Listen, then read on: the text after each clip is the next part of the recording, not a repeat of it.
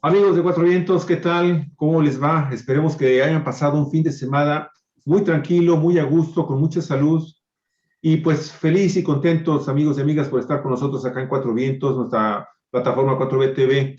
Fíjense que el día de hoy, que es lunes 17 de enero del año 2022, cuando son las 9 de la mañana con 50 minutos, pues el tema del día de hoy, los dos temas que vamos a tratar, amigos y amigas, son muy, muy interesantes. Los invitamos a que permanezca con nosotros en nuestra, sintonizándonos y escuchando acá Cuatro Vientos TV, porque el día de hoy tenemos, obviamente, un saludo hasta Mexicali a nuestro queridísimo amigo, activista social, eh, maestro en Derecho Constitucional, Daniel Ramírez Solorio. Daniel, bienvenido. Al revés, Daniel Solorio Ramírez. Daniel Solorio Ramírez, ¿qué tal? Buen día, Daniel. Buen día al público de Cuatro Vientos, a Olga, a ti, Javier, Armando, por supuesto. Claro, y Armando Duarte, amigos y amigas, aquí en Ensenada, sociólogo y también doctor en estudios de desarrollo global. Muchísimas gracias, bienvenido Armando, buen día. Buen día, ¿qué tal? Amigos, los temas del día de hoy. Mire, 100 años de impunidad. Pues resulta que Luis Echeverría Álvarez, expresidente de México, secretario de Gobernación durante el funesto sexenio de Gustavo Díaz Ordaz, pues cumple 100 años. Y vamos a platicar sobre este personaje, amigos y amigas, que fíjense lo que son las cosas. Se enemistó obviamente primero con la izquierda, después con la derecha nacional, después andaba buscando ser dirigente mundial, se creó un puesto en los países del tercer mundo, estaba buscando la Secretaría General de la Organización de Naciones Unidas, intentó derrocar a Francisco Franco, en fin, un super personaje, Luis Echeverría, cuando menos como lo califican los líderes del movimiento del 68, los que todavía viven, amigos y amigas, como un verdadero genocidio. Y posteriormente el segundo tema a tratar el día de hoy es el sistema bancario nacional. Usted sabe, en este momento hay que hablar del sistema bancario nacional, una vez que se anunció que se va a poner en venta el sector minorista de lo que es el grupo Citibanamex, una empresa que está anunciando ya que espera recuperar con esta operación en México alrededor de 30,000 millones de dólares.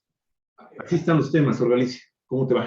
¿Qué tal, Javier? Muy buenos días, amigos, amigas de Cuatro Vientos, y bienvenidos, Daniel y Armando, a este programa de los lunes. Pues los temas no pueden ser mejores. En realidad, el asombro de que este personaje de la política mexicana, Luis Echeverría Álvarez, esté llegando a los 100 años de edad. Ahorita tendría, si tuviese fuerza, tendría para soplar 100 velas, no sé, no creo que le alcance. Pero lo que sí nos alcanza a los mexicanos es la memoria. Y bueno, como todo ser humano tendrá sus matices, sus claroscuros, pero queda para siempre grabado como en fuego, esculpido como en piedra de la memoria, pues los actos represivos. Traen su secuela, diría yo, desde cuando estuvo gobernando en Mancuerna con el presidente Díaz Ordaz, y Díaz Ordaz arrastrando una secuela de represión, de mano dura, de ogro filantrópico, diría el poeta Paz, desde que fue secretario de Gobernación en el sexenio de Adolfo López Mateos, que fueron los años de mayor represión a grandes movimientos sociales, ferrocarrileros, maestros, movimientos también estudiantiles, de campesinos, asesinatos de líderes sociales. Y esa secuela nos llega con Díaz Ordaz, que tiene su punto álgido en la masacre del 2 de octubre, y luego se repite la represión en el fuego de Corpus el 10 de junio del 71 con Echeverría.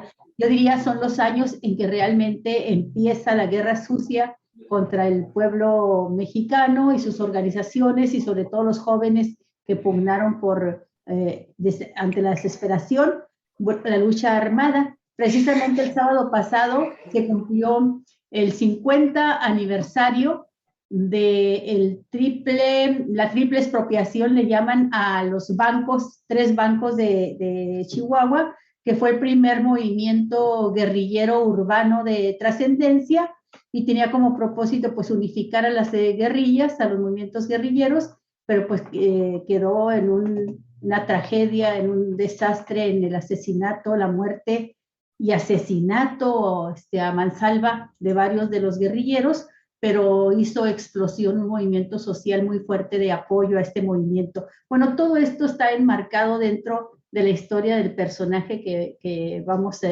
a analizar, y pues me gusta mucho que hayan seleccionado el tema. Démosle su cumpleaños a Luis Echeverría. ¿Quién quiere empezar de ustedes? Pues vamos con Armando, ¿no? Armando, evidentemente, desde el punto de la sociología, nos podría tratar obviamente también de la visión política, pues un panorama muy exacto, muy justo de este personaje. Armando, adelante, por favor, si fueras tan amable. Sí, cómo no. Bueno, pues más que el personaje, me gustaría hablar sobre la circunstancia, el contexto de la época. Sin duda alguna, Luis Echeverría, pues ha quedado marcado de manera indeleble en la historia de nuestro país por los acontecimientos del 68, por los acontecimientos del Halconazo en el 71, me parece, y por la Guerra Fría, pero la Guerra Sucia, perdón. Es decir, el combate a los movimientos armados de resistencia, de oposición al régimen. Y cuando hablo de que me gustaría referirme al contexto, me refiero precisamente a tratar de establecer, aunque sea así rápidamente, el momento histórico en el que esto sucede. Estamos hablando de la década de los 70s, cuando Echeverría asume la presidencia de la República después de haber sido secretario de Gobernación durante el sexenio de su antecesor, Gustavo Díaz Ordaz. En esta época, el mundo vivía en el marco de esta confrontación bipolar entre el bloque socialista, así llamado, con la Unión de Repúblicas Socialistas Soviéticas al frente, y por otra parte el mundo occidental o el mundo libre, ¿no? Encabezado por los Estados Unidos. Una época en la que la hegemonía de Estados Unidos a nivel mundial solamente era disputada precisamente o era desafiada precisamente por el bloque socialista. Y esto fue una característica, un hecho que marcó la vida mundial en esos momentos.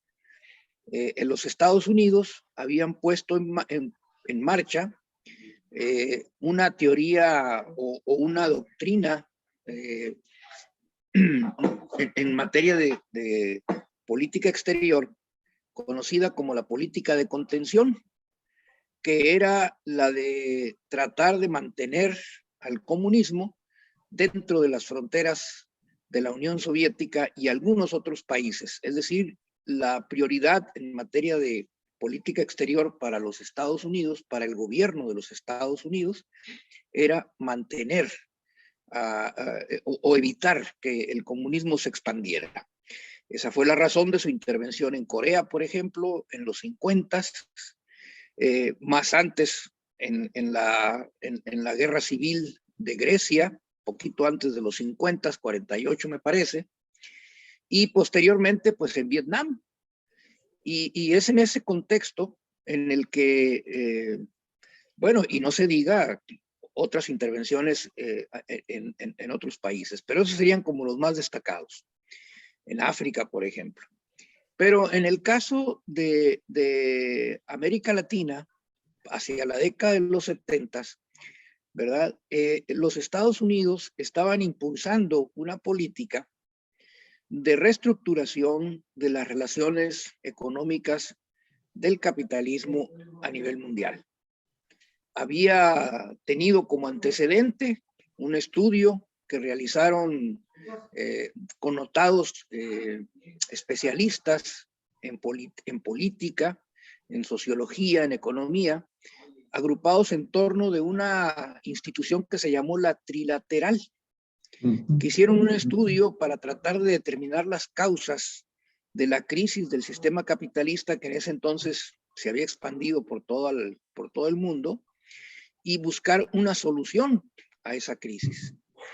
Y la conclusión, resumidamente, de esta comisión trilateral fue que había que acabar con el estado de bienestar, que ese era el problema, que había que regresar a los principios del liberalismo económico, de ahí lo de neoliberalismo, y que había que impulsar esta medida porque el estado de bienestar era ya muy grande, muy obeso, gastaba mucho, y esto afectaba la tasa de ganancia del capital. Había desincentivado la inversión y esa era la causa del estancamiento económico. Había entonces que hacer esta transformación. Y empiezan a tratar de imponer este modelo en lo que Estados Unidos o el gobierno de Estados Unidos ha considerado siempre su zona de influencia inmediata, ¿no? Otros dicen su patio trasero, que es toda la América Latina. Y entonces viene una serie de acciones encaminadas a transformar la forma o la manera, las relaciones de los Estados Unidos con los países de América Latina y sobre todo en el campo económico. Entonces se empieza a abogar por dejar atrás las políticas de carácter nacionalista, proteccionista, ¿verdad? Y buscan que se abran las fronteras, se empieza a hablar del libre comercio, se empieza a hablar de la necesidad de que el Estado deje de ocuparse de cuestiones sociales, se convierta simplemente en guardián del orden, de favorecer las inversiones, pero al abrir las fronteras a la inversión del capital financiero internacional, ¿no? La famosa globalización. Y entonces esto se refleja, por ejemplo, en el golpe de Estado en Chile en 1973, porque Allende y su política económica pues eran algo que verdaderamente no tenía cabida, ¿no? En los planes del imperialismo. Y luego vinieron las otras dictaduras militares en prácticamente todo el cono sur, que se encargaron de poner en práctica el ABC del neoliberalismo en materia económica, ¿no? La retracción del Estado en materia social, las privatizaciones, la desarticulación de los sindicatos, del movimiento sindical, en fin, todo lo que esa comisión trilateral había sugerido que había que hacer para poder resolver el problema de la crisis del capitalismo, que era una crisis de acumulación, es decir, una crisis, una caída en la tasa de ganancia del capital.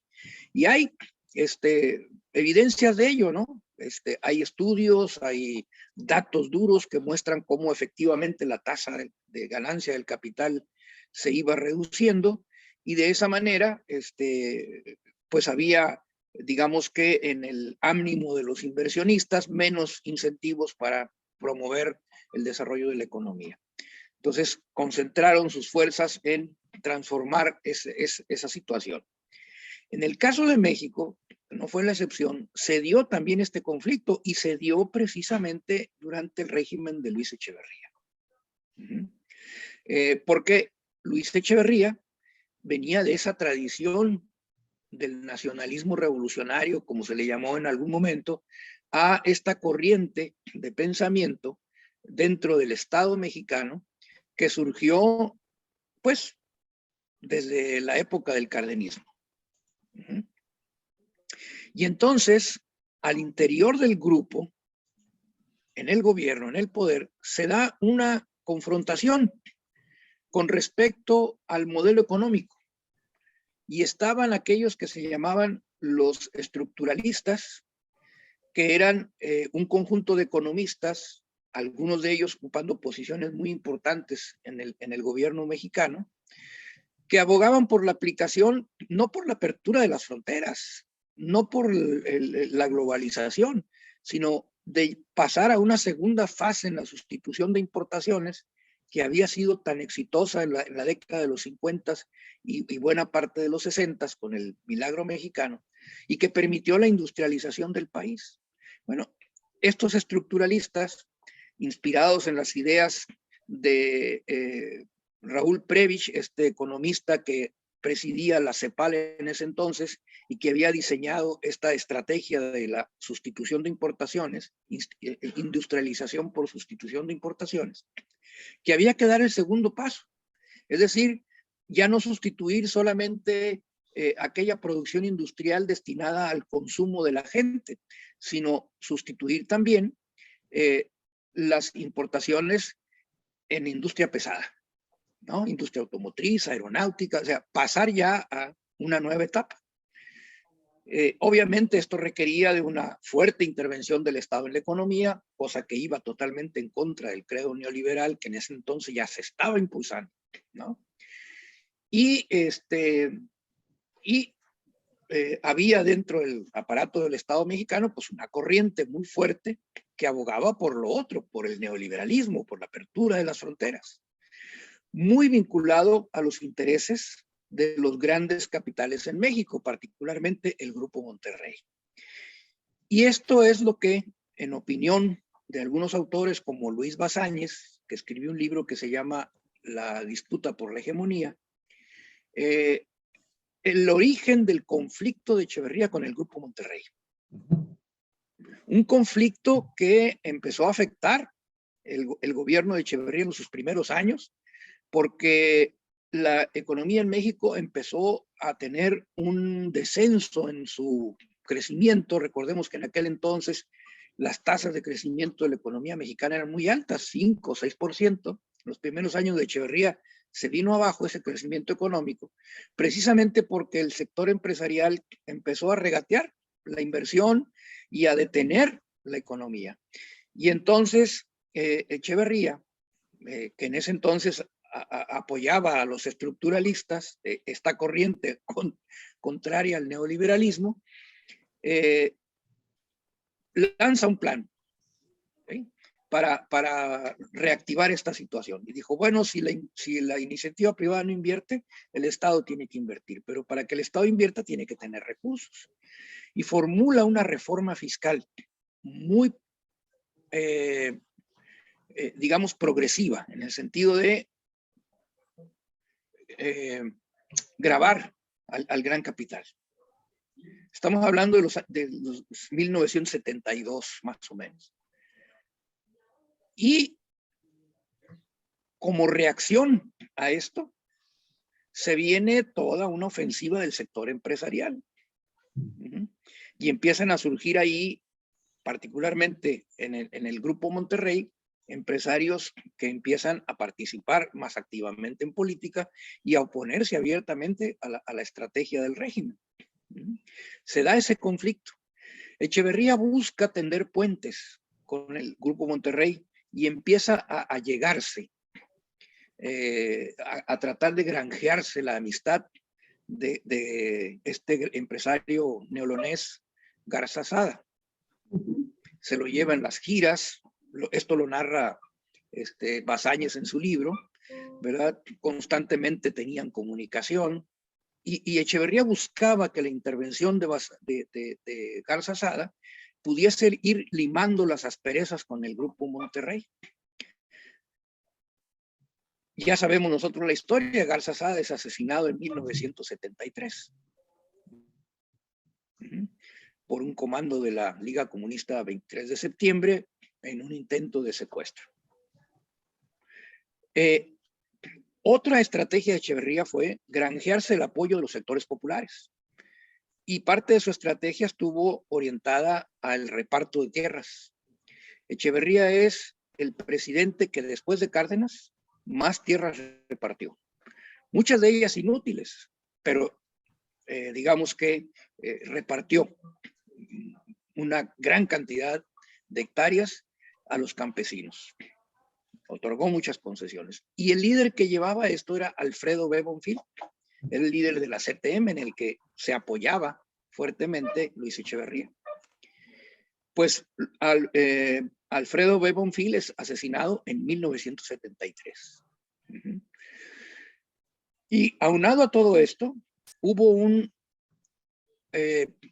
claro activismo por parte de la embajada norteamericana en contra de la reforma fiscal del presidente, al grado de que cuando se discute y se vota esta ley en 1973, es rechazada por el Congreso, por los propios priistas, que ya habían sido cabildeados, trabajados por este sector, vaya, pro-neoliberal dentro del PRI, al frente del cual se podían distinguir algunas personalidades, ¿verdad? Jóvenes sobre todo, que habían estudiado en universidades norteamericanas y que venían con todo el bagaje de las ideas económicas neoliberales.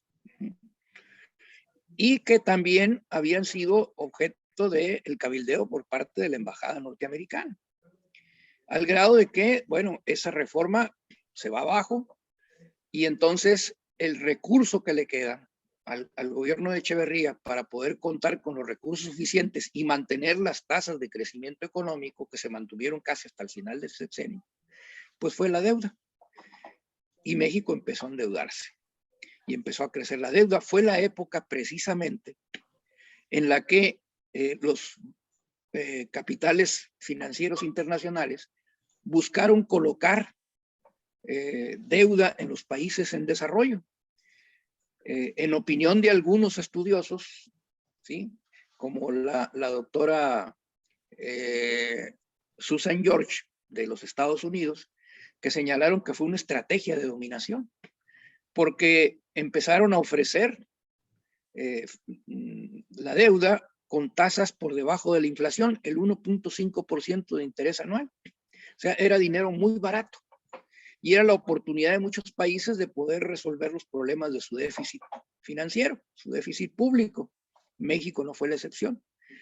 Y después, cuando los Estados Unidos abandonan el patrón oro, el secretario del Tesoro en los Estados Unidos decreta unilateralmente el aumento de los intereses del 1.5 al 8 al 9%, pues las deudas se volvieron impagables.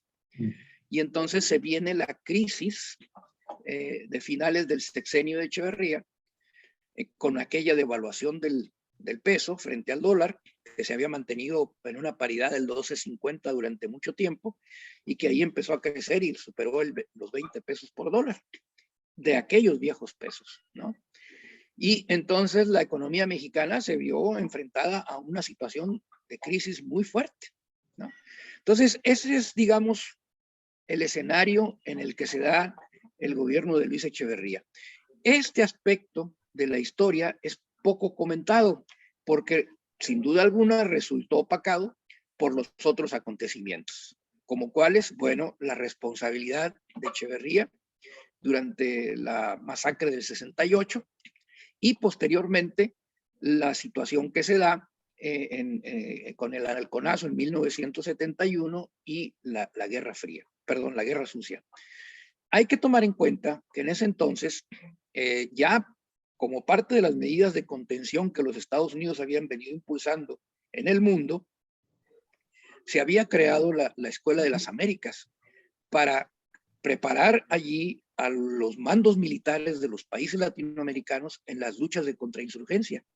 El ejército mexicano en ese entonces tenía en sus mandos personas que habían sido formadas en la Escuela de las Américas.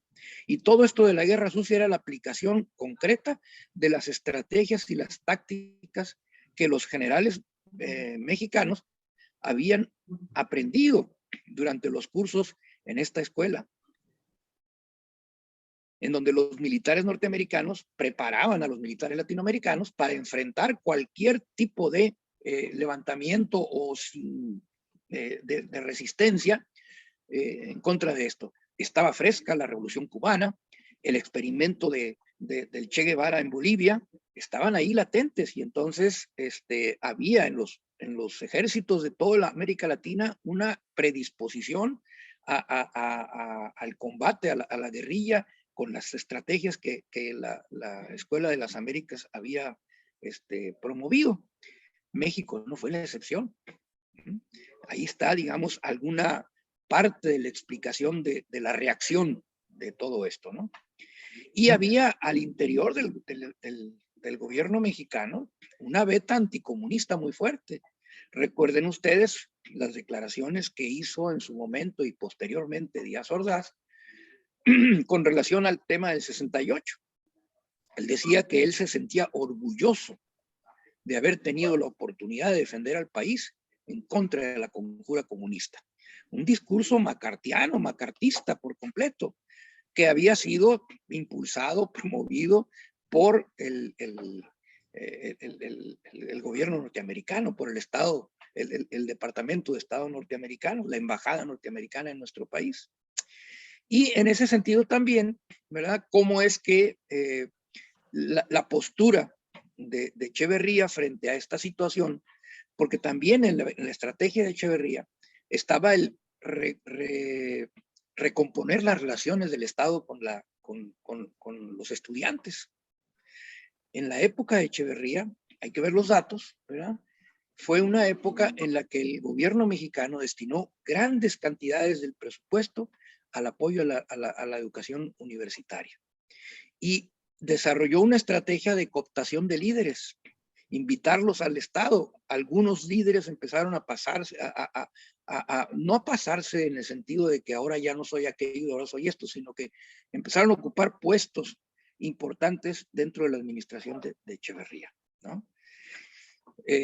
Todavía hay algunos por ahí que andan en esas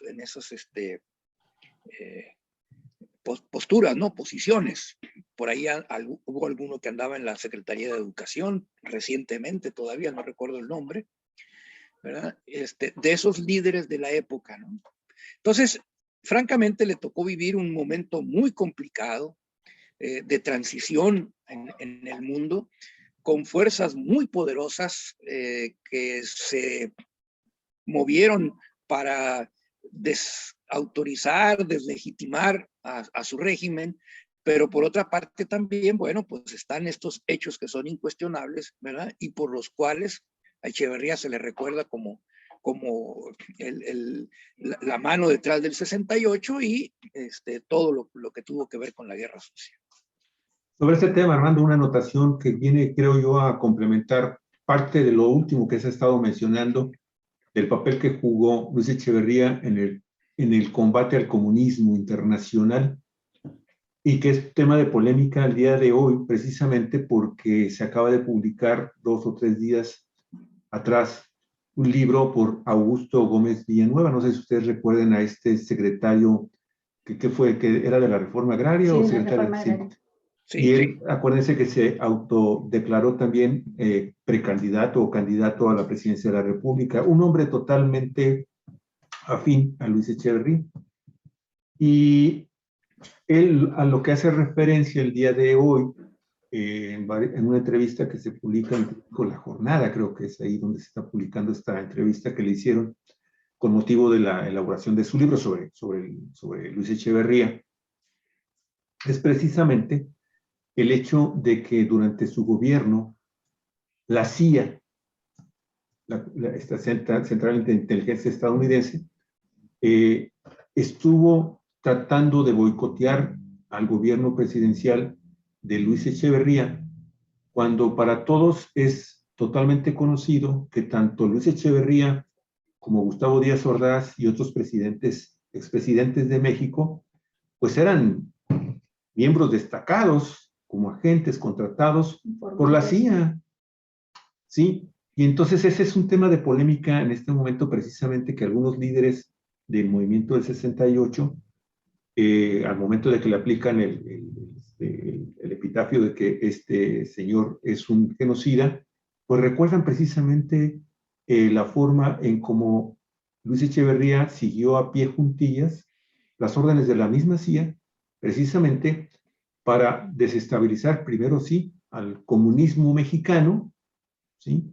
Pero por otro lado también, pues dando a conocer o expresando esta enorme paradoja de que este hombre finalmente pues terminó enfrentado con el sector empresarial mexicano, con la Coparmex de aquella época, en la que tú decías, y lo comentabas muy bien, qué bueno que hiciste ese contexto histórico, Armando, de cómo se inicia este problema que él enfrenta con la Coparmex y el sector empresarial, el sector cúpula de los empresarios en México, y que lo llevaron los últimos meses de su mandato a una confrontación abierta, incluso por el tema también de la creación de ejidos.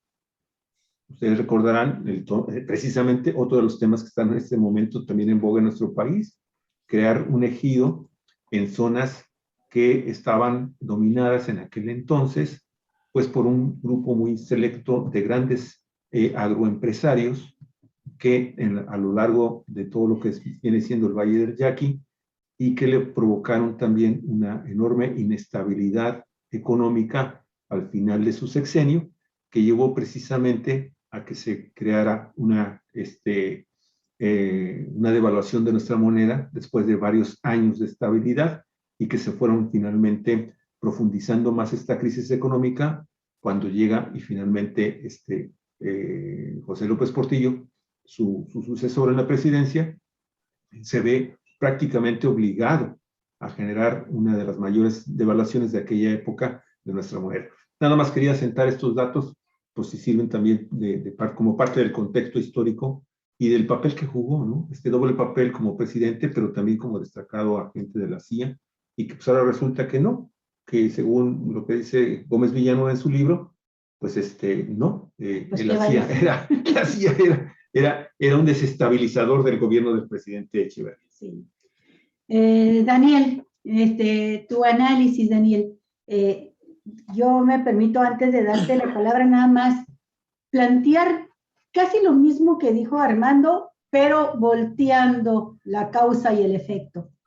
Si bien es cierto que estaba el mundo polarizado y que los gobiernos priistas y estos dos que mencionamos, Gustavo Díaz Ordaz y Luis Echeverría, y yo me voy atrás también con López Mateos, tenían sentían como patriótica la misión de evitar que llegara el comunismo.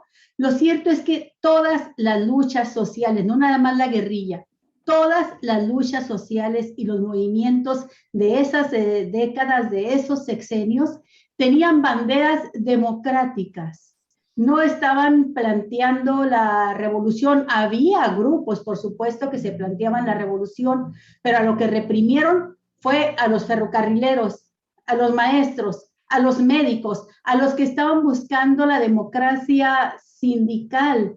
Y si bien es cierto que Echeverría repartió más tierras después de Lázaro Cárdenas, lo hizo a partir de haber previamente estos gobiernos reprimido y asesinado a líderes campesinos que estaban demandando la tierra, y necesitaba Echeverría congraciarse también con ese sector, igual que lo hizo con los estudiantes, después de que a la universidad que iba lo apedreaban y el estudiantado lo odiaba por la masacre del 68 y el jueves de Corpus.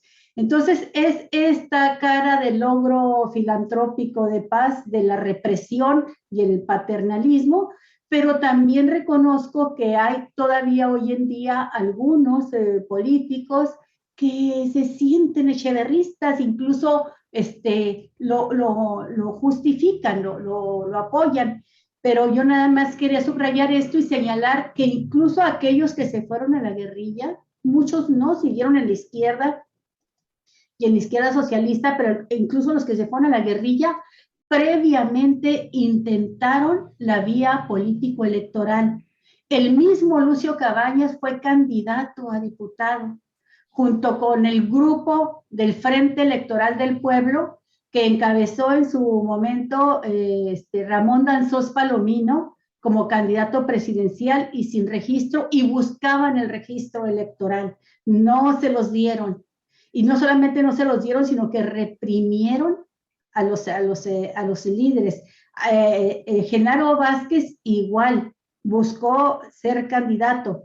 En el caso de Chihuahua, los guerrilleros que participaron en el asalto al cuartel Madera fueron candidatos, unos por el Partido Popular Socialista, otros por alianzas y políticas, partidos políticos, organizaciones locales, pero fueron candidatos. El doctor Pablo Gómez fue candidato a presidente municipal de su natal municipio de Delicias.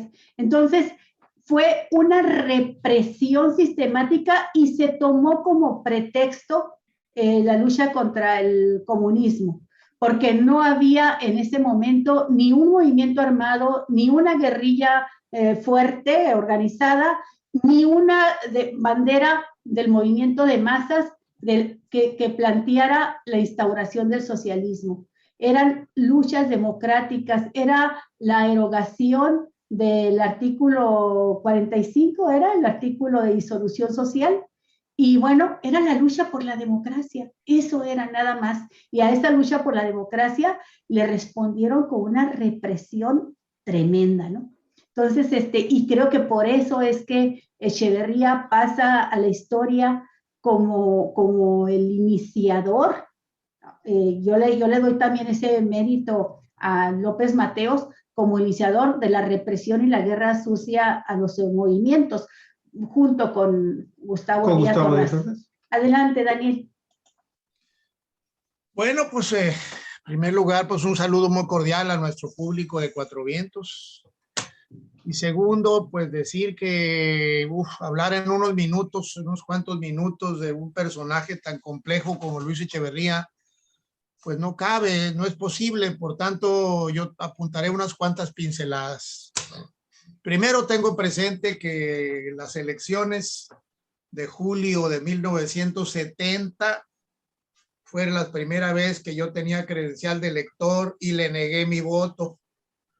Le negué mi voto, voté en una urna, julio de 1970, en una urna instalada en un sitio de Ciudad Universitaria en la Universidad Nacional, y marqué en el espacio en blanco de la boleta como mi candidato a Cantinflas. Recuerdo muy bien haber anotado el nombre de Mario Moreno Cantinflas, julio del año 1970. Bueno, Echeverría toma posesión en diciembre de ese año y luego señalaré unas cuantas pinceladitas.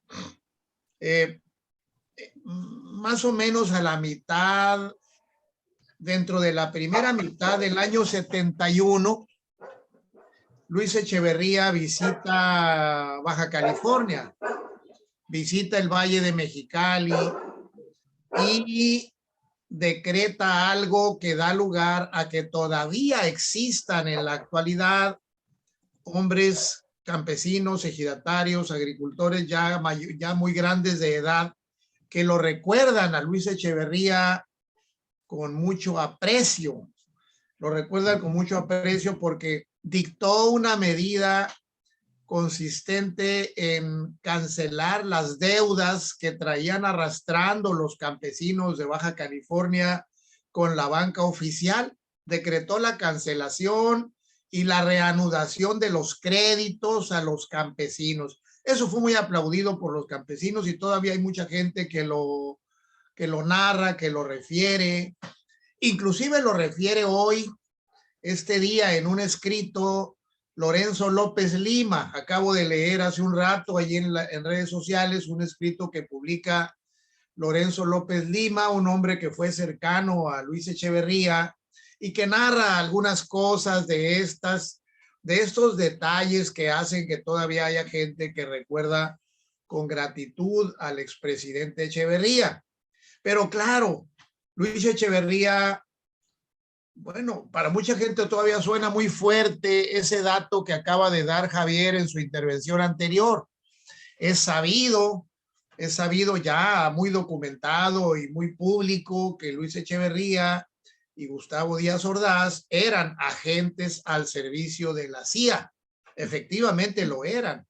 Hay abundancia de pruebas, hay muchas publicaciones que los ponen en evidencia como agentes de la CIA, lo que explica su actitud anticomunista, ferozmente anticomunista.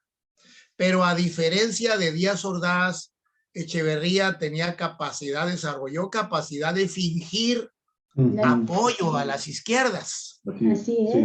de fingir apoyo a los grupos de las izquierdas, a los grupos emergentes, a los que reclamaban justicia.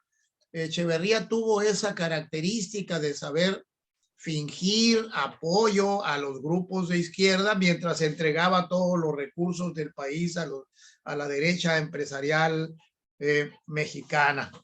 Daniel, nada más tantito para reforzar esa parte. No hay que olvidar que Luis Echeverría, tantito nada más un dato. Adelante. No hay que olvidar en este aspecto que tú estás diciendo de cómo fingía o procuró llegar finalmente a ser reconocido como un presidente de izquierda. Hay que recordar que en el golpe de Estado a Chile, ¿sí? Él ordenó a su embajador en Chile que tramitara al máximo traer a los chilenos de izquierda a nuestro país. Y eso vino a fortalecer precisamente esta idea de que Luis Echeverría era un izquierdista, cuando era totalmente lo contrario. Perdón por la interrupción. Bien. Sí, es verdad. Él supo fingir y engañar a mucha gente bajo la idea de que él era un presidente que estaba con la izquierda. No lo estaba, por supuesto, ¿verdad? Bueno, otros datos que quiero señalar.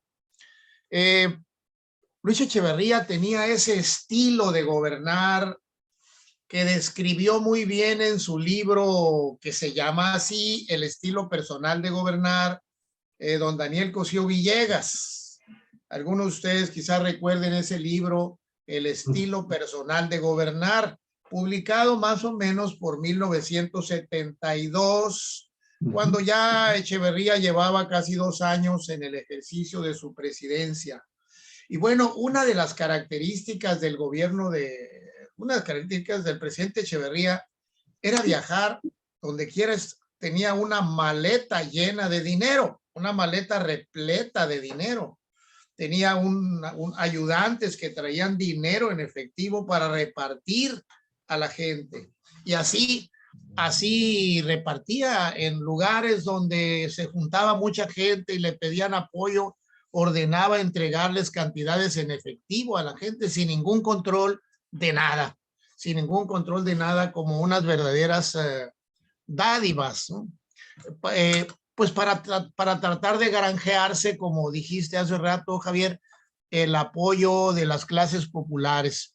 Este fenómeno de Luis Echeverría es muy singular en la medida en que refleja la capacidad de un hombre para fingir estando dentro del gobierno, teniendo en sus manos acumulada toda la capacidad de imponer su voluntad. Quisiera destacar este punto que me parece muy relevante de la época de que estamos hablando. Echeverría es uno de esos presidentes que acumularon lo que luego se llamó todo el poder. Muy distinto de la época actual en que tenemos un López Obrador que tiene en sus manos y ejerce con fuerza el poder ejecutivo. Ejerce con fuerza el poder ejecutivo nada más, la rama del gobierno que está en sus manos y la jefatura del Estado que le está encomendada. Pero estamos hablando de Luis Echeverría en una época en que el presidente tenía el poder total para nombrar gobernadores, para decidir quiénes eran los gobernadores, para decidir quiénes eran diputados, senadores, qué empresarios podían prosperar y qué empresarios no podían prosperar. Era la época del poder total del presidencialismo priista.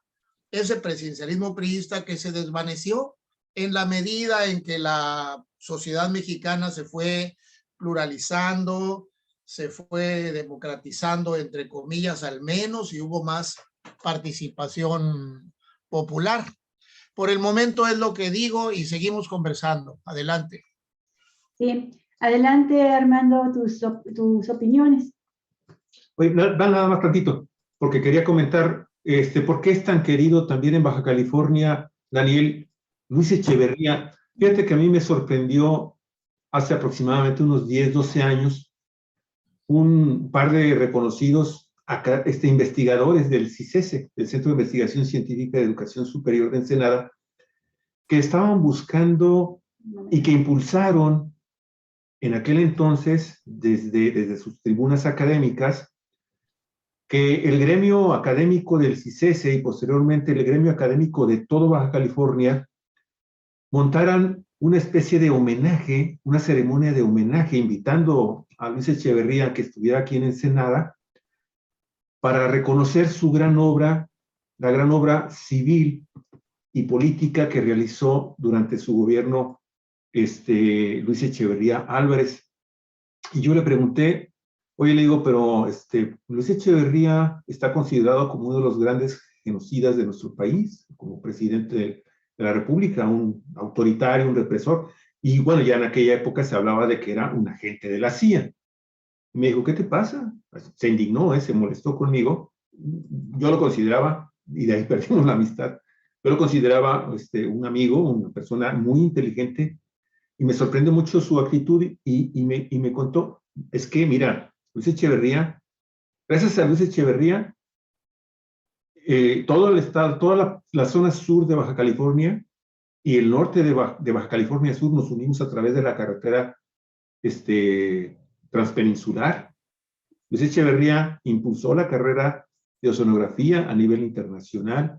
Luis Echeverría impulsó el proyecto de los centros de científicos de investigación del CONACYT. Luis Echeverría puso una universidad allí en el mero corazón de la península de Baja California, ¿sí?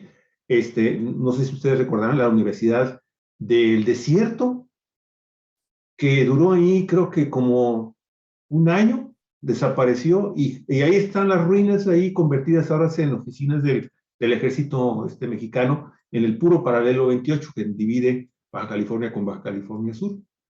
Y aparte, pues que había sido un gran impulsor también de la democracia en México y que había combatido precisamente a la ultraderecha y a la derecha mexicana, y que pues eran suficientes méritos para, citó el tema agrario acá en nuestra entidad, y estaba recibiendo el apoyo. Me sorprendió al rato, me mandó un correo diciéndome, oye, ¿sabes qué? Ya somos alrededor de 500 personas que estamos solicitando este homenaje a Luis Echeverría Álvarez.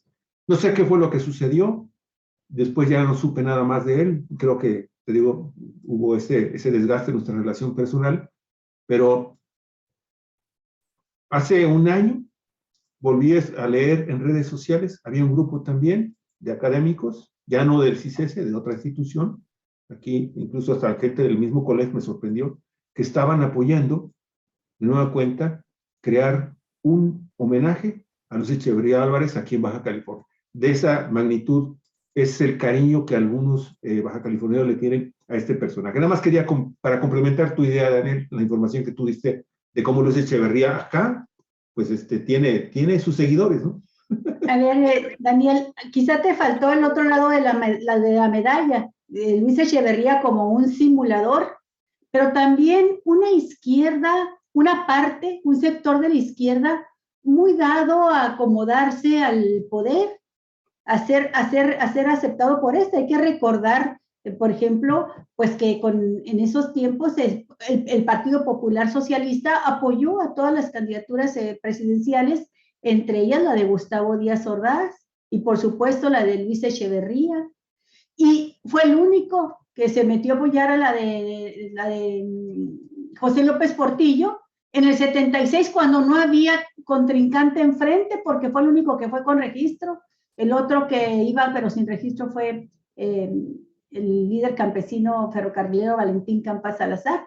Y es muy interesante ver cómo un presidente con tanto juego político, ¿verdad?, con tanta capacidad para atraerse sectores incluso de la izquierda, que entra con la bandera de la apertura democrática después del 68, aunque se le cae la máscara rápido con el jueves de Corpus, no es capaz de buscar una alternancia, una alternancia, o por lo menos la sucesión en un juego medianamente democrático, sino que lleva nada más a un candidato, al suyo, y punto. Y era el presidente de la democracia. Para algunos. Permítanme un comentario muy breve ya a propósito de esto que están planteando Javier y Olga. Este tema de que haya un grupo numeroso de gente que le quiere hacer un homenaje a Echeverría, pero gente proveniente del mundo académico, me permite, ese dato me permite, como se dice en el viejo dicho, como clavar una pica en Flandes. Exactamente eso. Ya tengo que investigar bien qué significa clavar una pica en Flandes, pero me gusta la expresión y la usaré en este momento para denunciar cómo el ámbito académico no ha desarrollado pensamiento crítico. Un gran sector del mundo académico de nuestro país no ha desarrollado pensamiento crítico.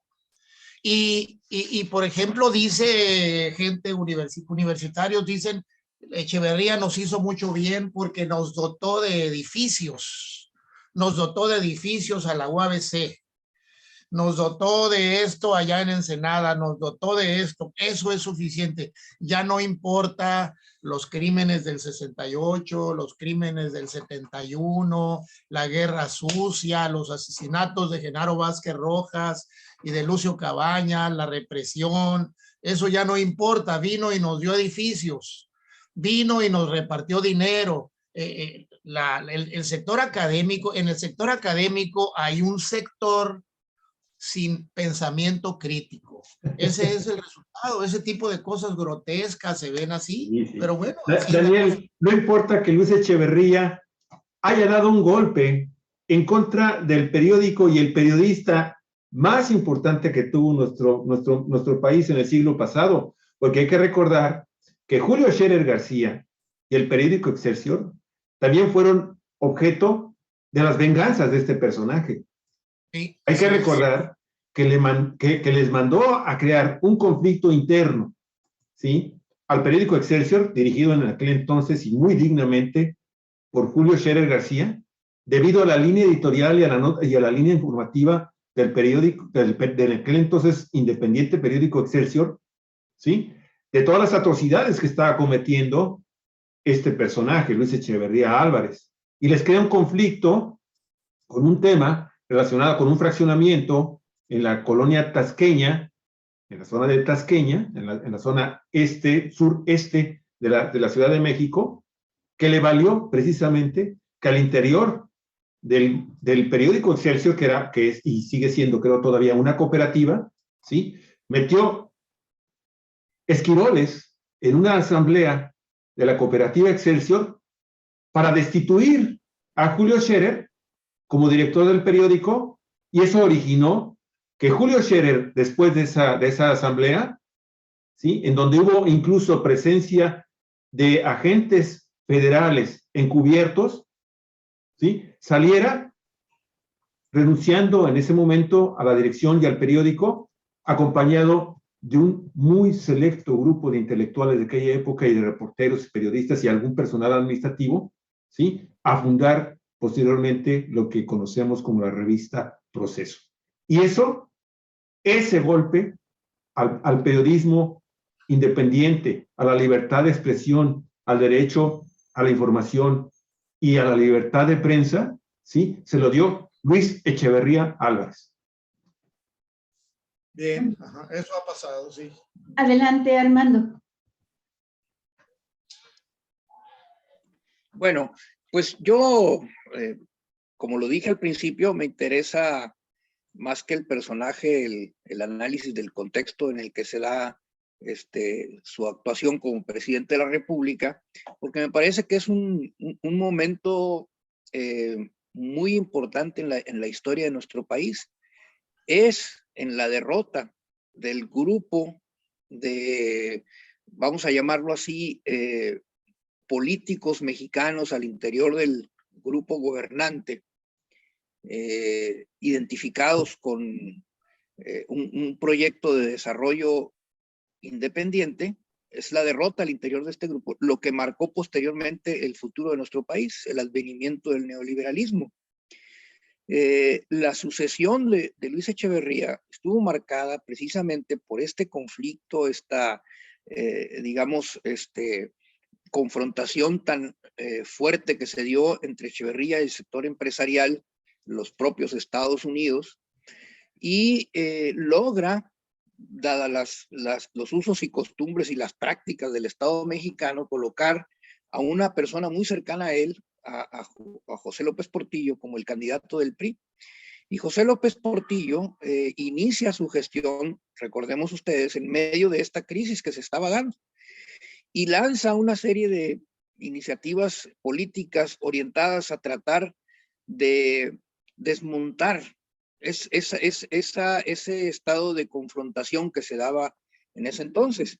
Su famosa Alianza para la Producción, por ejemplo, que era tender la mano hacia el sector empresarial para tratar de restablecer las relaciones entre el Estado mexicano y los empresarios que se habían deteriorado enormemente durante el gobierno de Luis Echeverría. Y también la aplicación de una serie de medidas en materia política.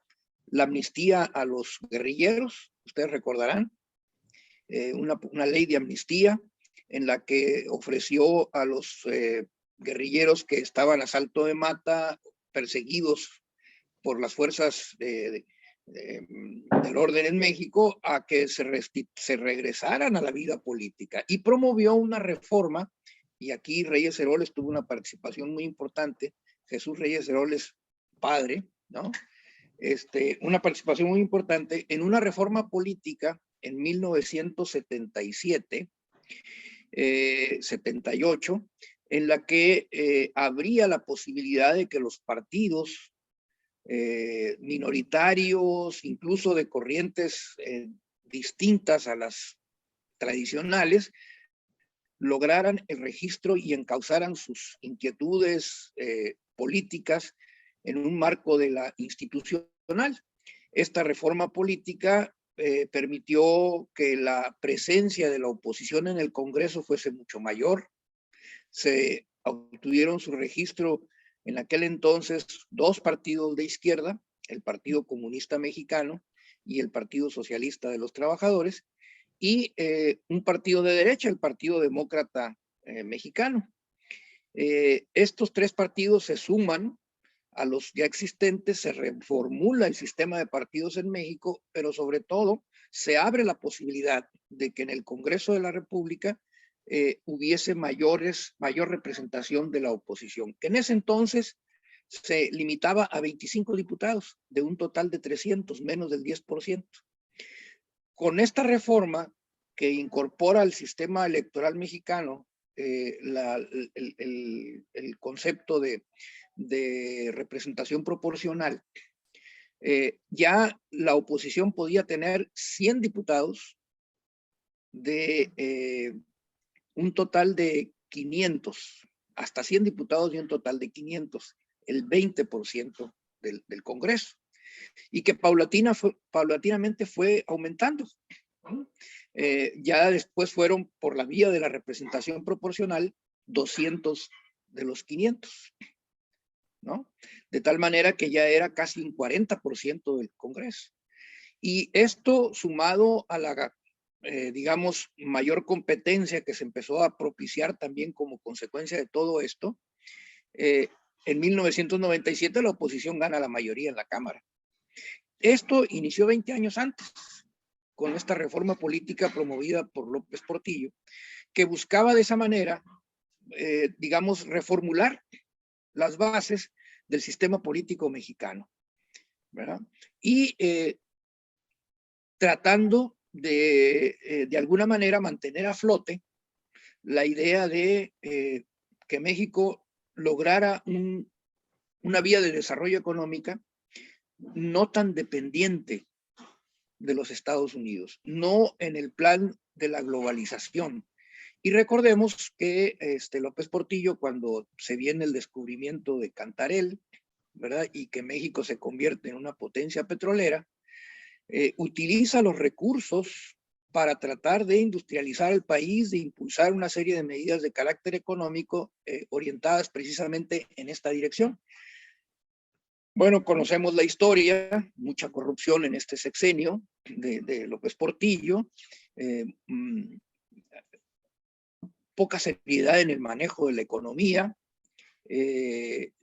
y como consecuencia de todo ello, los sectores que habían estado desde el sexenio de Echeverría buscando la manera de ganar la hegemonía al interior del PRI para que el PRI se convirtiera en un partido neoliberal, finalmente logran su propósito, porque hacia finales del sexenio, ¿verdad?, como consecuencia de la crisis de la deuda, ya para entonces la deuda mexicana se había convertido en impagable, López Portillo había endeudado aún más al país con el argumento de que tenía riquezas petroleras y que todo el mundo nos quería prestar dinero, ¿verdad?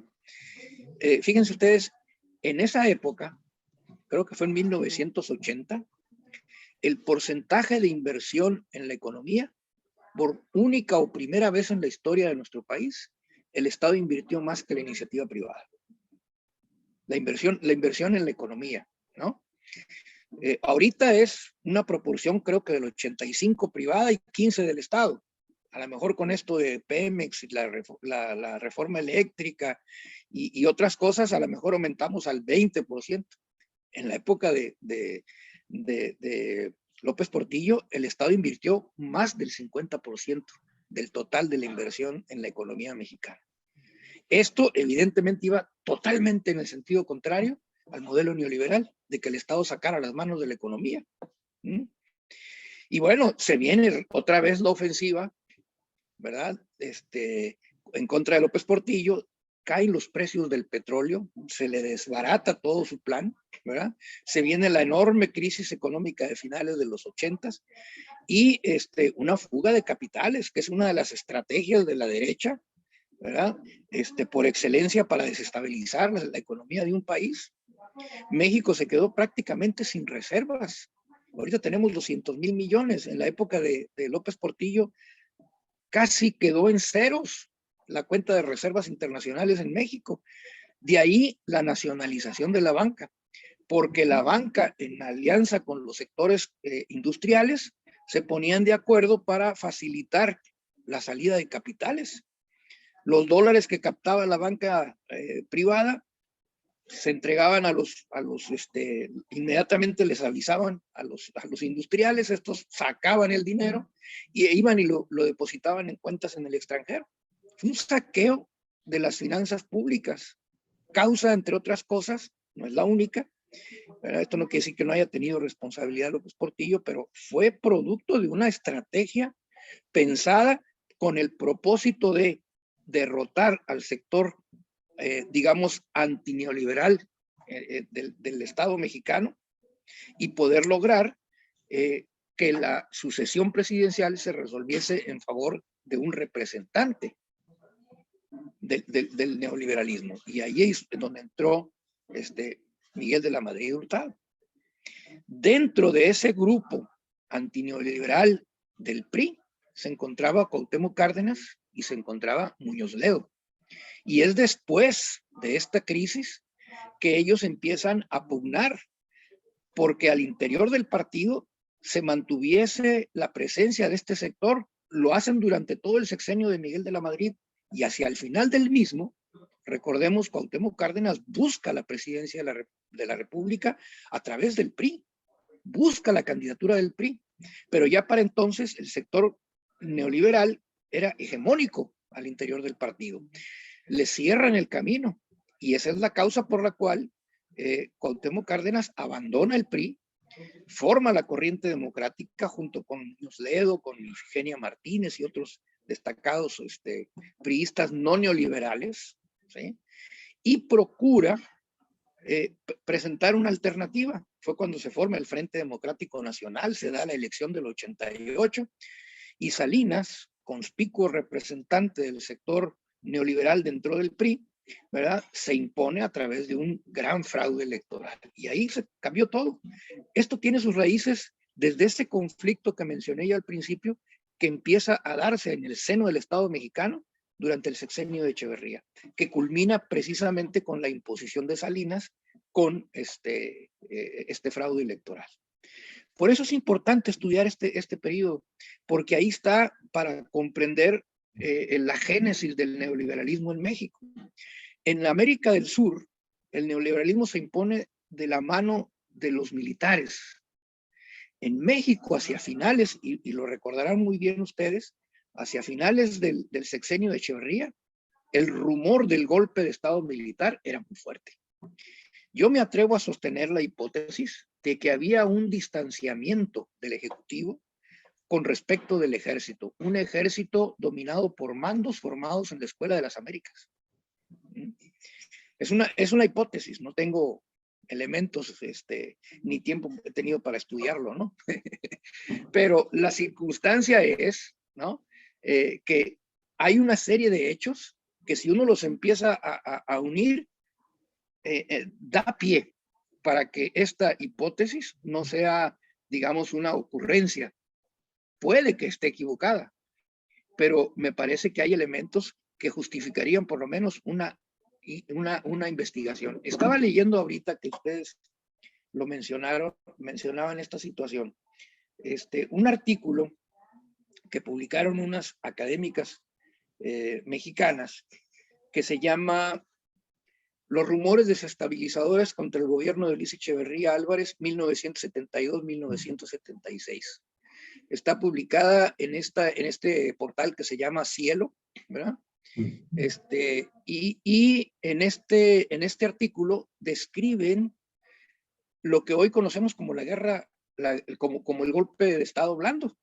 Como durante el periodo de Echeverría empiezan con estas cuestiones a generar aquella ola de rumores. Me acuerdo muy bien de que a Echeverría le empezaron a generar una imagen de un tipo muy tonto, ¿no? Por no decirlo de otra manera. Había un chiste muy famoso que decían que hubo por allá en Tabasco una inundación, ¿verdad? Y que Echeverría estaba ahí. Ya ven cuál era su estilo personal, ¿no? Estaba ahí dirigiendo las acciones de apoyo a los damnificados. Y entonces él decía, a ver, echen más ahí, más víveres para los damnificados en unas pangas. Y el que estaba arriba de la panga le dijo, señor presidente, ya no podemos echar más, va a zozobrar.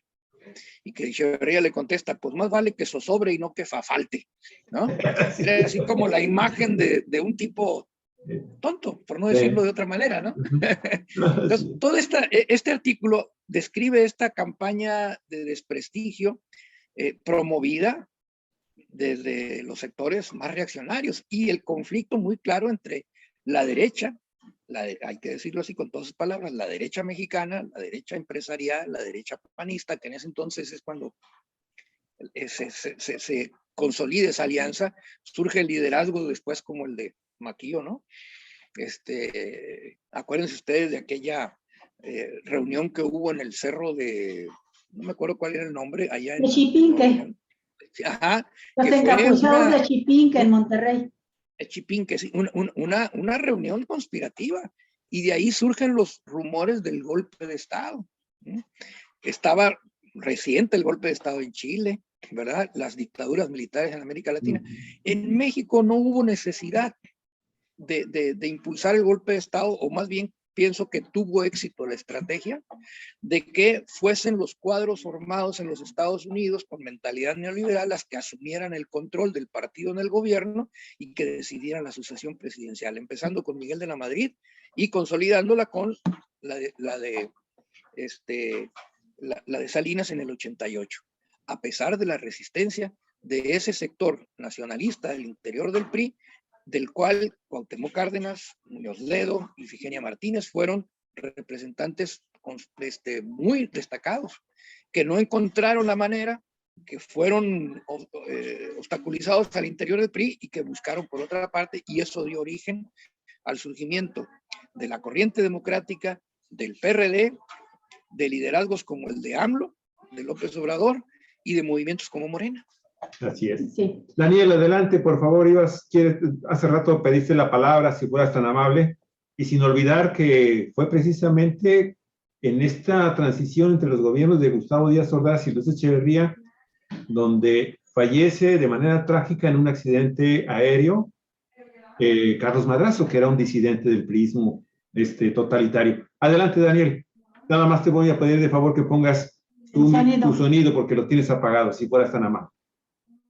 Bueno, Carlos Madrazo muere en un accidente, pero todavía siendo presidente Díaz Ordaz, ¿verdad? Díaz Ordaz todavía, pero bueno. Todavía era presidente Díaz Ordaz, pero yo quería hacer notar cómo a fines del sexenio de Luis Echeverría, la represión política era tan fuerte a todas las expresiones que no tenían cabida dentro del PRI que Echeverría dirigía. Era tan fuerte la represión que llegamos a la elección presidencial de López Portillo con un candidato muy débil, un candidato muy débil, aparentemente manipulado por completo, aparentemente por Luis Echeverría, al grado de que lo que está diciendo Armando me recuerda a lo que platica en una de sus novelas Luis Espota. Luis Espota en una de sus novelas narra que el propio Echeverría hizo algunas maniobras para no entregarle el gobierno a José López Portillo a través de un golpe militar, de un pequeño grupo de militares que él estaba tratando de entrenar y de poner de acuerdo para un golpe de Estado que le permitiera al propio Echeverría seguir con las riendas del gobierno. Finalmente eso no sucedió. López Portillo, candidato único, en esa ocasión fue el gran drama nacional, porque en un país aparentemente pluripartidista había un solo candidato de un solo partido. Y bueno, pues fue con un solo voto que hubiera tenido, habría sido presidente de la República López Portillo, lo que dio lugar a eso, a todo ese proceso que Armando apuntaba, según el cual pues era necesario incorporar a las fuerzas de la oposición, y vino todo ese proceso en el que ya los partidos políticos se fueron legitimando, las izquierdas pudieron ingresar en pequeña proporción a las cámaras legislativas, y bueno, vino todo ese proceso.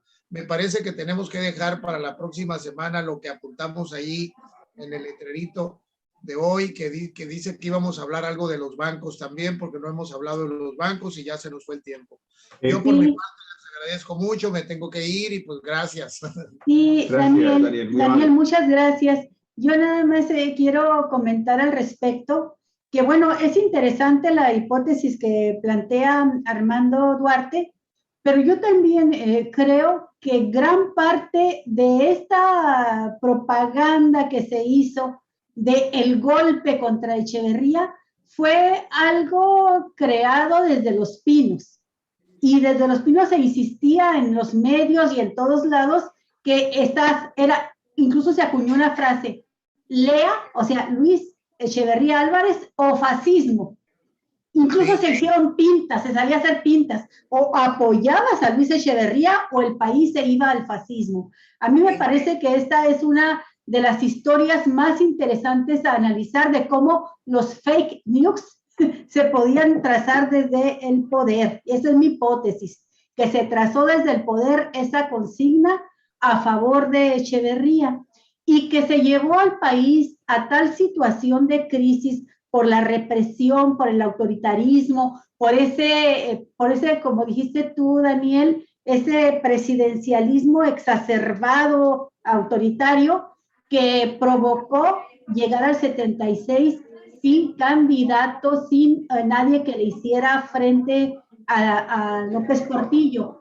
Es cierto, López Portillo llega y se da la reforma político-electoral y la amnistía, pero hay que recordar que en esos años se ha dado un movimiento de la izquierda que se fractura después del 68, se empiezan a correr los grupos, la organización de grupos guerrilleros, pero por otro lado hay una izquierda, y me parece fundamental señalarlo aquí, se realiza por parte del Partido Comunista Mexicano el 17 Congreso Nacional de este partido, que fue fundamental en cuanto a las demandas claves de la izquierda por la democracia. Y mientras una serie de grupos se iban por las armas y se encontraban con un Estado feroz, reprimiéndolos, asesinándolos, que se prolongó toda esta represión hasta finales de los años 80. O sea, hasta principios de los años 80, los 70 y los 80, todavía con López Portillo, la guerra sucia continuó porque siempre fue dos caras, siempre fue doble la respuesta del gobierno.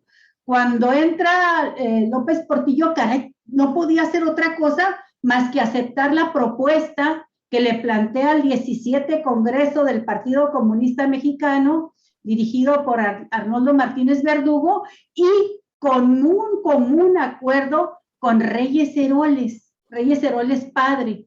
Y Reyes Heroles plantea que no puede avanzar el país, que está estancado. Caray, no tuvieron ni siquiera un candidato que le hiciera oposición a López Portillo. No puede avanzar si no se le da el registro electoral, si no se abre la participación política a la izquierda democrática.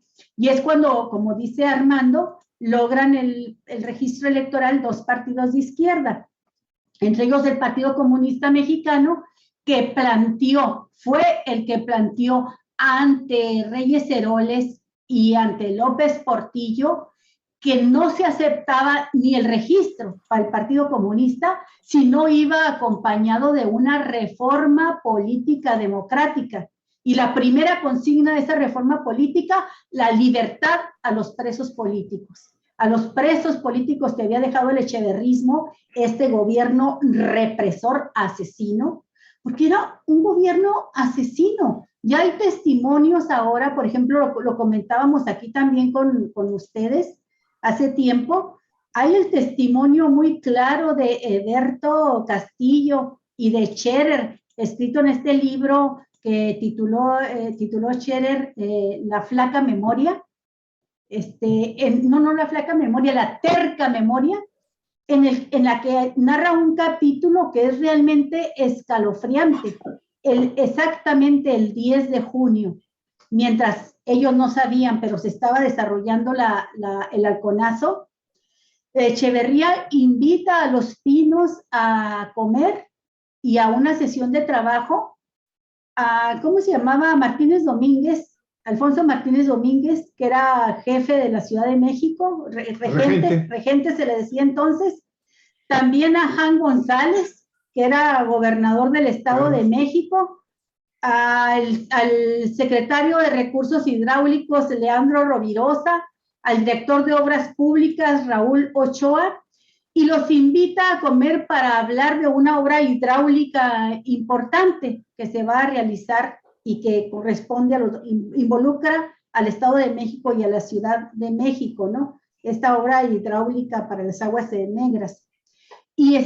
Pero mientras están en la sobremesa, empieza a recibir, esto lo narra Scherer y lo escribió también Eberto Castillo en Proceso, empieza a recibir llamadas y se dan cuenta que son llamadas de que hay una represión, un conflicto grave en las calles con la marcha de los estudiantes del 10 de junio.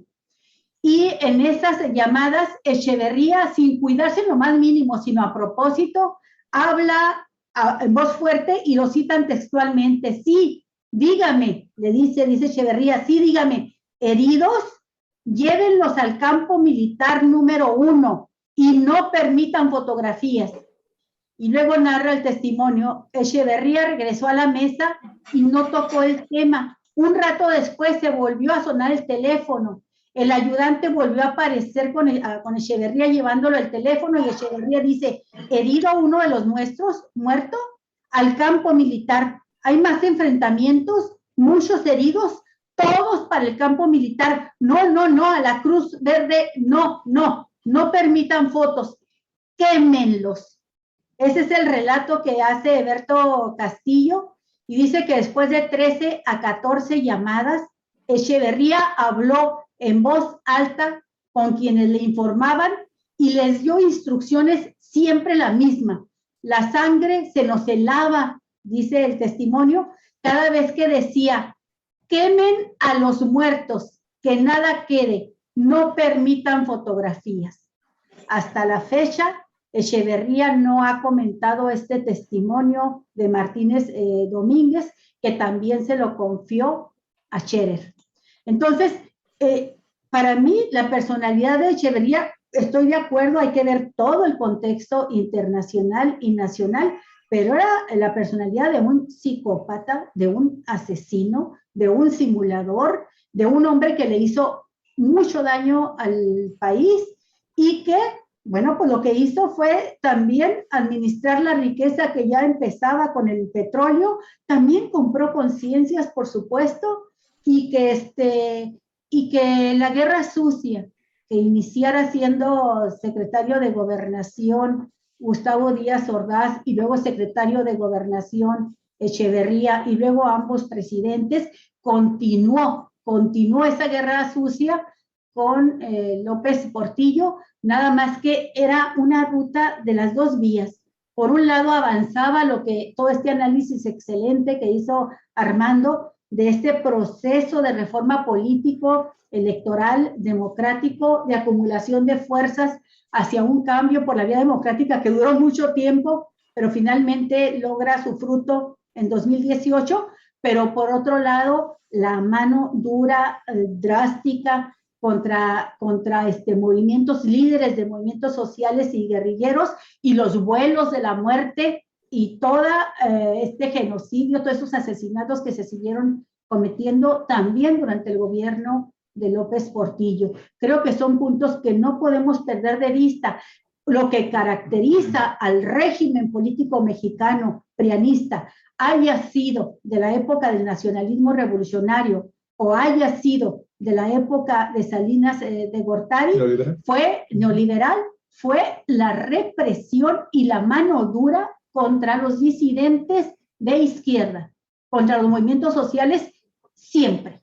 ¿Sí? Y bueno, lo que permitió avanzar también fue todo un conjunto, todo un programa de la izquierda democrática que fue capaz de abrir cauce, no a la apertura democrática de Echeverría, sino a la reforma política que la misma izquierda planteó y que tuvo un aliado importante en Reyes Heroles, ¿verdad?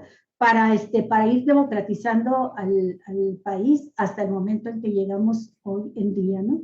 ¿Quieres hacer algún comentario último, Daniel? No, ya nada, despedirme, ya me tengo que ir. Muchas gracias. Gracias, Daniel. Entonces le pedimos a Armando, por favor, que cierre el programa. Gracias. Te mandamos un abrazo hasta Mexicali, mi estimado Daniel. Gracias. Cuídate mucho. Continuamos entonces unos últimos minutos con Armando, que también si deseas hacer algunos comentarios adicionales, Armando. Sí dejamos para la siguiente. Yo creo que el tema del banco lo vamos a dejar hasta dentro de 15 días, porque la semana que entra tenemos la promesa de echar a andar un tema que originalmente íbamos a tratar el día de hoy, pero posiblemente lo retomemos dentro de 15 días, el tema de los bancos, amigos y amigas, muy amables. Armando, por favor. Bueno, pues simplemente señalar que muchos de los personajes que en esa época, bueno, algunos, no muchos, algunos personajes, porque bueno, el tiempo pasa y la naturaleza se impone, pues siguen activos en la vida política. Sí. Yo diría Muñoz Ledo, ¿verdad? Que si bien es cierto, en los últimos meses ha tenido, digamos, una baja en su presencia pública, pues es muy reciente, ¿no? Toda su participación dentro de Morena, particularmente fue presidente del Congreso, fue el que le tocó colocarle la banda presidencial a Andrés Manuel López Obrador y ha sido protagonista en la lucha que se ha dado al interior de Morena en esta, digamos, proceso de conformación del partido y de definición política e ideológica que sigue todavía en marcha, ¿no? Sigue, es un proceso que está ahí. Eso por el lado de los sectores, vamos a llamar así, nacionalistas. Y por otro lado está el señor José Luis Cuandró, no sé si ustedes lo recuerden, que fue precisamente dirigente de la Coparmex durante la década de los 80s, fue un acérrimo adversario del sector nacionalista dentro del gobierno. Él acusaba a Echeverría de socialista, de estatista, decía él, porque durante el sexenio de Echeverría hubo una un crecimiento muy notorio de las empresas públicas. El sector público de la economía creció, ¿no? Estaba el sector privado, que eran los empresarios privados, el sector público, que eran las empresas del Estado, y el sector social, que eran las empresas o las unidades de producción en manos de los trabajadores, particularmente los ejidos colectivos, pero también las cooperativas y algunas otras empresas. De tal suerte que la economía mixta, que era el modelo económico que impulsaba el sector nacionalista dentro del PRI, tenía estos tres componentes. Y en el sexenio de López Portillo, el sector público llegó a ser mayoritario. Les decía yo que el gobierno había invertido más que el sector privado en la economía en algunos años, uno de los años del sexenio de López Portillo. Pues José Luis Cuandró ahí está, es consejero nacional del PAN, ¿no? Y que acusó a Echeverría de estatista, ahora acusa a López Obrador de comunista. En una entrevista reciente, el año pasado, él menciona que, dice, Echeverría era estatista, buscaba una mayor presencia del gobierno en la economía, contra lo cual los empresarios estábamos en contra y por eso lo combatimos. Pero López Obrador es peor, dice. López Obrador es comunista. Es comunista, sí. Sí, lo leí. Y su argumento, su principal argumento es, vean ustedes cómo ensalza. Sí, quiere ser un dictador, ¿no? Dice, vean ustedes cómo ensalza al gobierno de Cuba, al de Venezuela, al de Nicaragua. Ahí está, ¿no? Ese es el argumento. Y evidentemente, pues él dice, afortunadamente, dice, ahí sigue habiendo dentro del sector empresarial líderes visionarios, y habla de Hoyos, ¿no? De Gustavo de Hoyos. Gustavo de Hoyos. Que hoy por hoy es el presidente de la misma organización que presidió José Luis Cuandró, que es la Coparmex. Creo que ya no es. Ya no creo es. Que renunció para irse de veras, tiene por razón. México. Pero recientemente lo era todavía, ¿no? ¿Sí? Ahora en el sexenio de Andrés Manuel. El caso es, pues, que ahí están, ¿no? Todavía, digamos, estas expresiones, y sigue el conflicto, sigue el debate. ¿Por qué? Pues porque no obstante que en 1982 el neoliberalismo se alza con la victoria al interior, en la disputa por la hegemonía al interior del PRI, ¿verdad? Esta se pierde, o su papel, digamos, dirigente en la sociedad mexicana durante 36 años, se pierde con la elección del 88. Y este conflicto retoma fuerza bajo nuevas condiciones, con otras características, en la confrontación que hoy se da entre el gobierno de Andrés Manuel López Obrador y un sector del empresariado mexicano. En esencia es el mismo problema, es decir, definir el modelo económico a seguir. Todo este conflicto de la ley energética, de la ley eléctrica, por ejemplo, es eso, es el debate entre si el Estado debe o no intervenir en la economía, que por lo demás es un conflicto que a nivel mundial históricamente viene de mucho atrás, desde la gran crisis del 29, estamos hablando de casi 100 años, ¿no? Cuando John Maynard Keynes, economista inglés, lanza sus ideas para cuestionar al liberalismo económico, argumentando que las leyes del mercado no operan en una economía dominada por los monopolios y las transnacionales, que en consecuencia no operan las leyes del mercado, el mercado deja de tener eficiencia en cuanto a la distribución de los recursos, la asignación de los recursos, y debe de entrar el Estado en la economía para corregir esas fallas.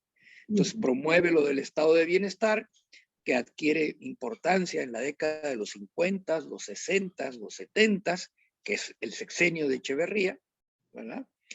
Y que, desde luego,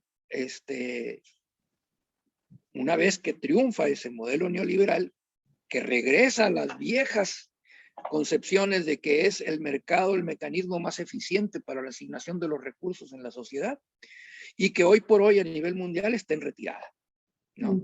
Como consecuencia de esta nueva crisis económica que nace, que se origina en el 2008, que se agudiza en el 2020 con la pandemia, y que hoy por hoy ha hecho que los propios capitanes del capitalismo se estén planteando la necesidad de resetear el sistema, ¿no?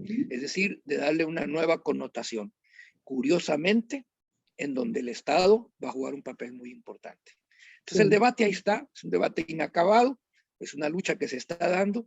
Siento que a nivel de América Latina, esta tradición, voy a decirlo así, antiimperialista, que ha caracterizado de alguna manera a los gobiernos, a los que han llamado populistas, ¿verdad? Llámese João Goulart en Brasil, llámese Salvador Allende en Chile, llámese Jacobo Arbenz en Guatemala, y Chávez en Venezuela, Kirchner en Argentina. En Argentina, ¿no? Bueno, creo que hoy por hoy, en este momento, ¿verdad? Si pudiéramos decir que hay un péndulo, ¿no? En la historia, ese péndulo se está inclinando otra vez hacia el progresismo, hacia los gobiernos progresistas de corte nacionalista, y que viene perdiendo terreno el sector neoliberal. Y lo está perdiendo por la circunstancia mundial en donde el neoliberalismo está en franca retirada. Muy bien. Pues muchas gracias, Armando, y tenemos pendiente, no se nos olvida, nomás que no hemos abierto el espacio, nos gana el día con día, pero yo recuerdo que tú hiciste una propuesta de hacer un programa con un análisis de geopolítica en el continente, ¿no? Y sí, estamos pendientes con ese tema. Muchas gracias. Sí, ¿quieres hacer algún comentario adicional? Adelante, Armando. No, decía que cómo no, estoy de acuerdo, hay que hacer ese programa. Está pendiente esto. Yo quiero agradecerles muchísimo, amigos y amigas, el que hayan estado participando con nosotros. Muchísimas gracias. Hay dos comentarios que quiero, fundamentalmente uno, de Beatriz Romero. Muchas gracias, Beatriz, por estar con nosotros. También para ver si es posible algún comentario, si es que les parece. Me parece que Luis Echeverría buscó la presidencia para no pasar a la historia como el ejecutor de la represión del 68, que podíamos ver con otros países, pero no en México. Y también me parece que la derecha y la izquierda estaban coludidos, trabajando yo entonces con una organización de extrema derecha, dice Beatriz Romero, dice, los veía convivir, pero es el único presidente de México que publicó los estados financieros de la nación, aunque pocos los sabíamos leer. Los grupos de poder nunca son líderes intelectuales. Eso es lo que dice Beatriz Romero. Muchas gracias. Muchísimas gracias también, mi estimada maestra Ana Araceli Piñe, por tus comentarios. Ricardo Gómez dice, gobiernos traidores a la patria, todos ellos. Muchísimas gracias a todos, amigos y amigas, por estar en este programa. Y yo nada más termino porque pusimos como título de este programa la impunidad. 100 años de impunidad de este personaje y su contexto, obviamente, también su contexto, amigos y amigas. Y bueno, hemos sacado precisamente el título de este tema que tratamos el día de hoy en el programa, a una declaración que Félix Hernández Gamundi, que fue integrante del Comité del 68 en el movimiento estudiantil acá en México, pues aparte de que lo menciona que es un genocida, pues no se olvida de mencionar precisamente que Luis Echeverría pues se mantiene impune a las acusaciones que en el año 2006 le extendieron un grupo de mexicanos muy, muy destacados, no apolíticos ellos, pero sí, cuando menos desde el punto de vista objetivo, se dedicaron a trabajar muy fuerte en lo que se creó durante el sexenio de Vicente Fox, el primer gobierno panista. 2002, la Comisión de la Verdad. La comisión, una primera comisión de la verdad, porque hay que recordar que ahora en este gobierno se acaba de abrir una segunda comisión de la verdad. Y entonces, en aquella época, este grupo, entre los que se encontraba uno de ellos, otro excelso periodista mexicano, ya fallecido, Granado Chapa, él y otro grupo de mexicanos, pues fueron obligados prácticamente en los últimos meses del gobierno de Vicente Fox a dar un informe. Les dijo, ya estuvo, vámonos. Oiga, todavía nos falta hacer muchas cosas.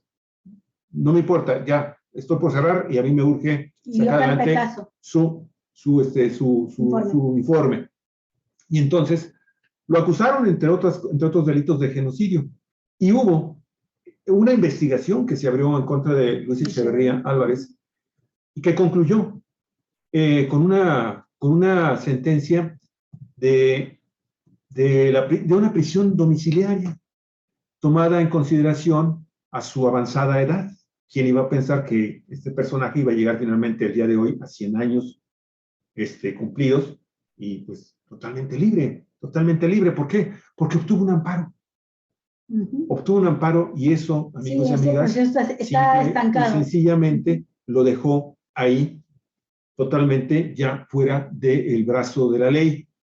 No sabemos si ahora, en este momento, esta nueva, son delitos, el genocidio, son de los delitos que no prescriben, amigos y amigas. Se podría reabrir una nueva investigación judicial en contra de Luis Echeverría Álvarez, siempre y cuando también pues, esta nueva comisión, la segunda que se crea para tratar de aclarar los hechos de los 60, 70 y 80, la famosa guerra sucia en México, ¿sí? Pues pudiera generar algún tipo también de un caso, levantar un caso en contra de Luis Echeverría Álvarez. No ha muerto, está ahí, y vamos a esperar a ver si todavía mantiene esta longevidad Luis Echeverría, para ver si alcanza finalmente a ser sancionado ejemplarmente por las autoridades mexicanas ya en la administración de Andrés Manuel López Obrador. No quería dejar de pasar por alto, explicar por qué son 100 años de impunidad de un personaje como que acabamos de describir en este momento, más todos los trabajos que han estado publicando el día de hoy sobre una figura de veras impresentable en la historia política de este país, la historia contemporánea. Sí, es la Fiscalía Especial de Movimientos Sociales y Políticos del Pasado, que es la que realizó toda esta investigación y de la que van a retomar parte de los avances que logró la Comisión de la Verdad, que ahora ha sido creada por este gobierno, en la que participa el subsecretario de Derechos Humanos, Alejandro Encinas. Entonces sí, eso es un caso que sigue impune, pero también por otra parte, pues sigue latente, ¿no?, la demanda de justicia. Así es. Pues algún comentario final, Armando.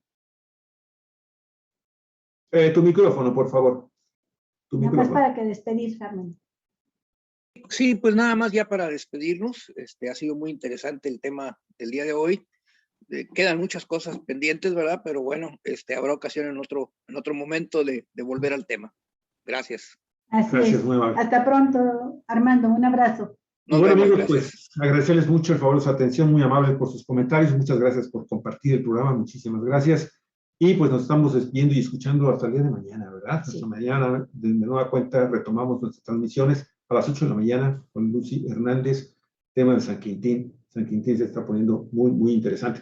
Ah, y por cierto, bueno, una felicitación a la gobernadora del estado, ya dio a luz, su bebé, sano, 4 kilos, un niño bastante grandecito, de 50 centímetros de larguito, está muy bien, ¿sí? Y él es, en este momento, pues es ciudadano estadounidense, nació en un hospital en California, y esperemos, pues, y le deseamos lo mejor a la gobernadora. ¿Es ciudadano todavía?